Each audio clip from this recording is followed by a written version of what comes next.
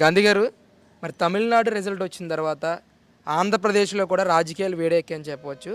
ముఖ్యంగా తమిళనాడు మాజీ సీఎం స్టాలిన్ కానీ, ఆయన కొడుకు ఉదయనిధి కానీ ఓడిపోయినట్టే రేపు చంద్రబాబు నాయుడు, లోకేష్ ఓడిపోతారని చెప్పి అంబటి రాంబాబు మాట్లాడుతూ ఉన్నారు. ఎలా చూస్తారు అసలు అంబటి రాంబాబు వ్యాఖ్యలను? అరే అమ్మటి రాంబాబు, నువ్వు ఎన్నిసార్లు ఓడిపోయావురా? నువ్వు 2 సార్లు ఓడిపోయావు. ఉదయనిధి ఓడిపోవడం ఏంది? శ్రీమతి ఇందిరాగాంధీ గారే ఓడిపోయింది. పెద్ద బ్రహ్మాండం అది. నువ్వేంది ఏదో భూషణ్ చూపిస్తున్నావేరా బాబు. నువ్వు పిచ్చి పిచ్చి మాటలు మాట్లాడు మాకు అమ్మటి రాంబాబు. ఎవడైనా ఓడిపోతాడు. ఉదయనిధి ఏంది, ఇంకొకటి ఏంది, పెద్ద పెద్ద రుస్తువులే ఓడిపోతారు. నీ పార్టీలో ఓడిపోవాలి. మన మంత్రులు, మాజీ మంత్రులు మొత్తం ఇలా ఎవరే మంత్రులంతా ఓడిపోయినావు. నువ్వేంది, నువ్వు మంత్రి చేసావు, నువ్వు ఓడిపోలేదా? నువ్వు డిపాజిట్ కూడా లేదు కదా నీకు. నీ గురించి నువ్వు చెప్పు. ఎదరాడి గురించి డబ్బా కొడతావు ఎందుకు నువ్వు? చంద్రబాబు నాయుడు గురించి డబ్బా కొడతావు ఎందుకంటా నువ్వు? మరి ఇదే పార్టీ పెట్టి బ్రహ్మాండంగా వచ్చాడు. జగన్మోహన్ రెడ్డి పార్టీ పెట్టి బ్రహ్మాండంగా వచ్చాడు. సింగల్ హ్యాండ్తో కొట్టాడు అని చెప్పుకుంటున్నారు కదా మీరు. మరి నేను కాంగ్రెస్ వాదిగా మాట్లాడుతున్నా. మరి ఎన్టీ రామారావు గారు 9 నెలలకే మొత్తం చేజిక్కించుకున్నాడుగా. మన కాంగ్రెస్ పార్టీని, అరే రాంబాబు, మన కాంగ్రెస్ పార్టీనే ఓడించింది మరి ఆయన ఎన్టీ రామారావు గారు. అది చెప్పారా మరి? ఆయన ఒడి చేత్తో కదా నువ్వు ఉండవు. ఆయన ఏమంటా అయాలా ఎందుకురా పిచ్చి పిచ్చి మాటలు మాట్లాడతావు? నువ్వు కడుపుకి అన్నం తినే మాటలు మాట్లాడరు రాంబాబు. నువ్వు గడ్డి తినే మాటలు మాట్లాడబాకు. నీ అన్ని గడ్డి తినే మాటలుగానే ఉండి, ఒకటన్నా అన్నం తినే మాటగా ఒక్కటి లేదు నీ మాటలు ఏంటంటే. అంటే విజయ్ గారి గెలుపు వెనక కూడా జగన్మోహన్ రెడ్డి ఆశీస్సులు ఉన్నాయి, జగన్మోహన్ రెడ్డి గారికి విజయ్ గారికి చాలా సన్నిహిత సంబంధాలు ఉన్నాయి అని చెప్పేసి కూడా మాట్లాడుతూ ఉన్నారు. ఇప్పుడు సన్నిహిత సంబంధాలు ఉంటే మనం ఏలెత్తి చూపించాలా? పశ్చిమ బెంగాల్లో మమతా బెనర్జీ ఓడిపోయింది. 3 టర్ములు గెలిచిందామా? ఒంటి చేత్తోనే గెలిచిందిగా. మరి ఎందుకు మాట్లాడరు మీరు? మరి ఓడిపోయింది ఎందుకంటే కొంత వ్యతిరేకత ఉంటుంది. మీలాగా ఓడిపోయినాడు ఎవడు లేడు భారతదేశంలో. గుర్తుపెట్టుకోండి. మీరు జగన్లాగా గెలిచిన వాడు లేడని చెబుతున్నావు కదా నువ్వు. మీలాగా ఓడిపోయిన ఎదవలు కూడా భారతదేశంలో ఎవడు లేడు. నీచంగా ఒక నాజన భాస్కరరావు తప్ప డిపాజిట్లు రాకుండా. మీరు ప్రతిపక్ష హోదా కూడా లేకుండా పోయిందిగా మీది. అది చెప్పరే మీరు.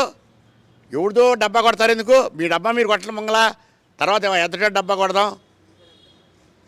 మీరు చేసేవన్నీ పక్కాగా అన్ని మోసాలేగా మీరు చేసి, ఇప్పటికీ మోసాలేగా. మీరు ప్రతిపక్షంలో ఉండి కూడా, ప్రతిపక్షం కూడా కాదు, మీరు చేసేవన్నీ తుంటరి పనులు, తుంటరి మాటలు తప్పితే ఒకటైనా సవ్యంగా మాట్లాడుతూనే రాదు మీకు. అంటే ఇక్కడ చంద్రబాబు నాయుడు గారు తమిళనాడులో ఎన్నికల ప్రచారంలో పాల్గొన్నారు. అక్కడ ఎన్డీఏ ఏదైతే ఉందో వీళ్ళు ప్రచారం చేసిన ప్రతి చోట కూడా ఓడిపోయిన పరిస్థితి కనిపిస్తూ ఉంది. ఈ ఓటమి చంద్రబాబు నాయుడికి ఒక గుణపాఠం లాంటిది. ఇక్కడి నుంచి ఆయన పతనం మొదలైందని చెప్పేసి వైసీపీ నాయకులు మాట్లాడుతూ ఉన్నారు. ఏదైనా అంచెలంచెలుగా పెరుగుతాయి కానీ ఒక్కసారి పెరగవు. గుర్తుపెట్టుకోండి. ఎవరైనా సరే. బీజేపీకి 2 సీట్లు, అసలు సీట్లు లేనప్పుడు లేదా బీజేపీ? 2 సీట్లు వచ్చి టర్మ్ లేదా బీజేపీ? ఇవాళ మరి 3 టర్ముల నుంచి పరిపాలించట్లేదు బీజేపీ. ప్రజల తీర్పును బట్టి ఉంటుంది. ఎవడు నీ ముఖమైనా నా ముఖమైనా ప్రజల తీర్పును బట్టి ప్రభుత్వాలు ఉంటాయి కానీ నీ ఇష్టానుసారంగా ఉండవు. గుర్తుపెట్టుకోండి. అంతే తప్ప మీరు ఇప్పుడు రోజా పోయింది. రోజా మరి ఆమె ఐరన్ లెగ్ కాబట్టేగా మరి స్టాలిన్ ఓడిపోయింది. ముఖ్యమంత్రిగా ఆయన ముఖ్యమంత్రి చేశాడు. వాడు ఏం తప్పు చేశాడని ఓడిపోయాడు. అట్నే తెలుసుకోండి. ప్రజా నిర్ణయమే ప్రభుత్వ నిర్ణయాలు అవుతాయి కానీ మీ ఇష్టానుసారం మీరు చేశారట. ఒక రాజ్యాధికారంగా ఒక రాజుగారిలాగా మీరు చేశారు కానీ ఏకచక్రాధిపత్యంగా ఎవడు చేయడు మీలాంటి పరిపాలన. మీ డబ్బా మీరు కొట్టుకోండి. తర్వాత ఎదురు డబ్బా. అంటే ఇక్కడ అమరావతి మీద కూడా పెద్ద ఎత్తున మాట్లాడుతూ ఉన్నారు. విడుదల రజనీ గారు నిన్న ప్రెస్ మీట్లో మాట్లాడుతూ దేశంలోనే రాష్ట్రంలోనే అతిపెద్ద కుంభకోణం అమరావతి నుంచే మొదలవుతుంది, అమరావతి అనేది ఒక భ్రమరావతి అని చెప్పేసి కూడా ఆవిడ మాట్లాడుతున్నారు. ఇక్కడి నుంచి ఎక్కువ దోచుకుంటున్నారు కుటుంబ నాయకులందరూ కూడా అని చెప్తా ఉంది ఆవిడ. అసలు ఆవిడ చెప్పడం కానీ కాదు, ఆమె మనం మాట్లాడకూడదు. కానీ వైసీపీ పార్టీ ఏ వ్యవస్థలో కుంభకోణాలు లేకుండా చేశారు? లిక్కర్ కాడ నుంచి మొదలు పెట్టుకోండి. కింద చిల్లర కొట్టువాడి వరకు వాళ్ళు స్కామ్లే కానీ చేసింది.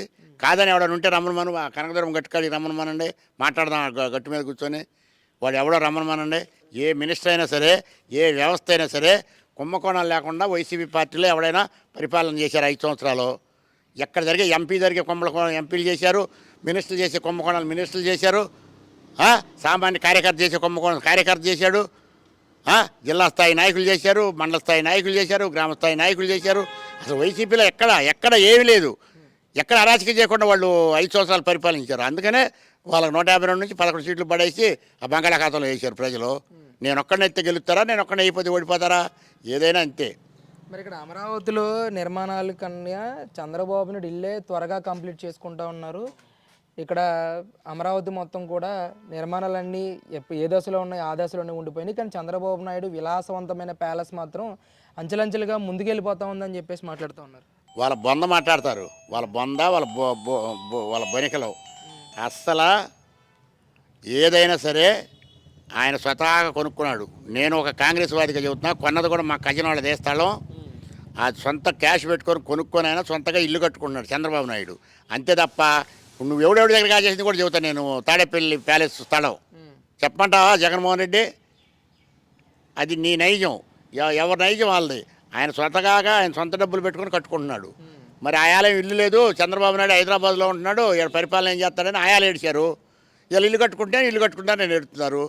మరి ఏం చేయాలి? ఇక మీ బాటలో నడవాలి. రాష్ట్రాన్ని సర్వనాశనం చేయాలి. మీలాగా తినడానికి తిండి లేక, కట్టుకోవడానికి బట్ట లేక, నిద్రపోవడానికి మంచం లేకుండా చేయాలా? అంతేనా? మీ పరిపాలన చేసినట్టు చేయాలి ఎవడు చేసినా కానీ.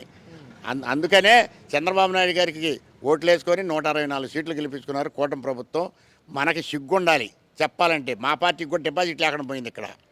మీ దయ వల్లే రా బాబు, అమర్ రాంబాబు గారు మీ దయ వల్లే.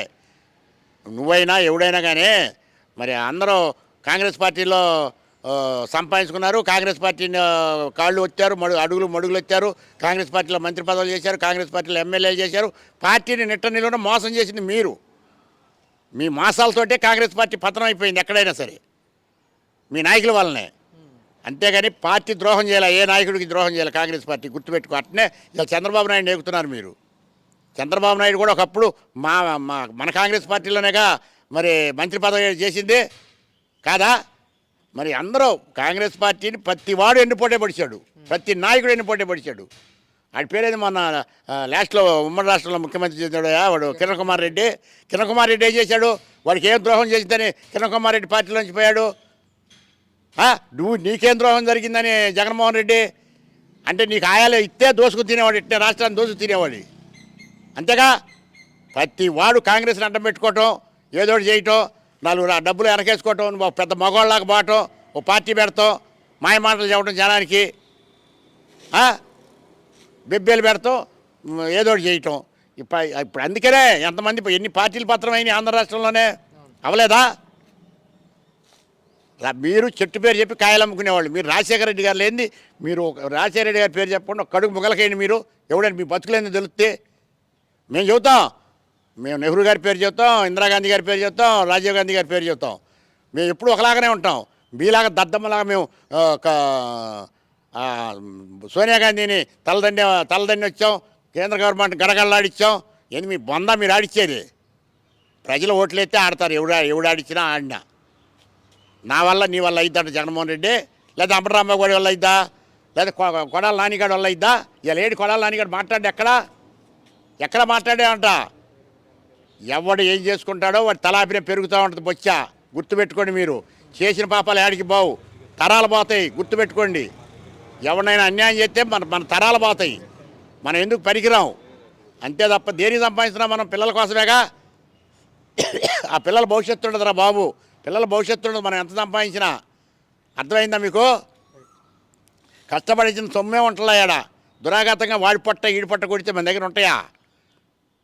నీతి నిజాయితీగా బతకడం నేర్చుకోరా అంబటి రాంబాబుగా. నువ్వు నీ పిల్లలు చేసుకున్న కమ్మారిని, నువ్వు కమ్మారిని మాట్లాడుతున్నావు, కులం పేరెత్తి మాట్లాడుతున్నావు. కమ్మాడు ఎవడైనా సరే, చంద్రబాబు నాయుడు అయినా లోకేష్ అయినా ఎవరైనా సరే కులం పేరెత్తి మాట్లాడతారంటరా? విన్నావా నువ్వు? ఒక స్క్రిప్ట్ తీసుకురండి మీరు, టీవీకి ఏంటి చూద్దాం. పరమ దరిద్రులారా, నాయకులంతా దరిద్రులై మీరు. ఎవడు పప్పు వేలాలు పెడితే వాళ్ళ దగ్గర పోతారా?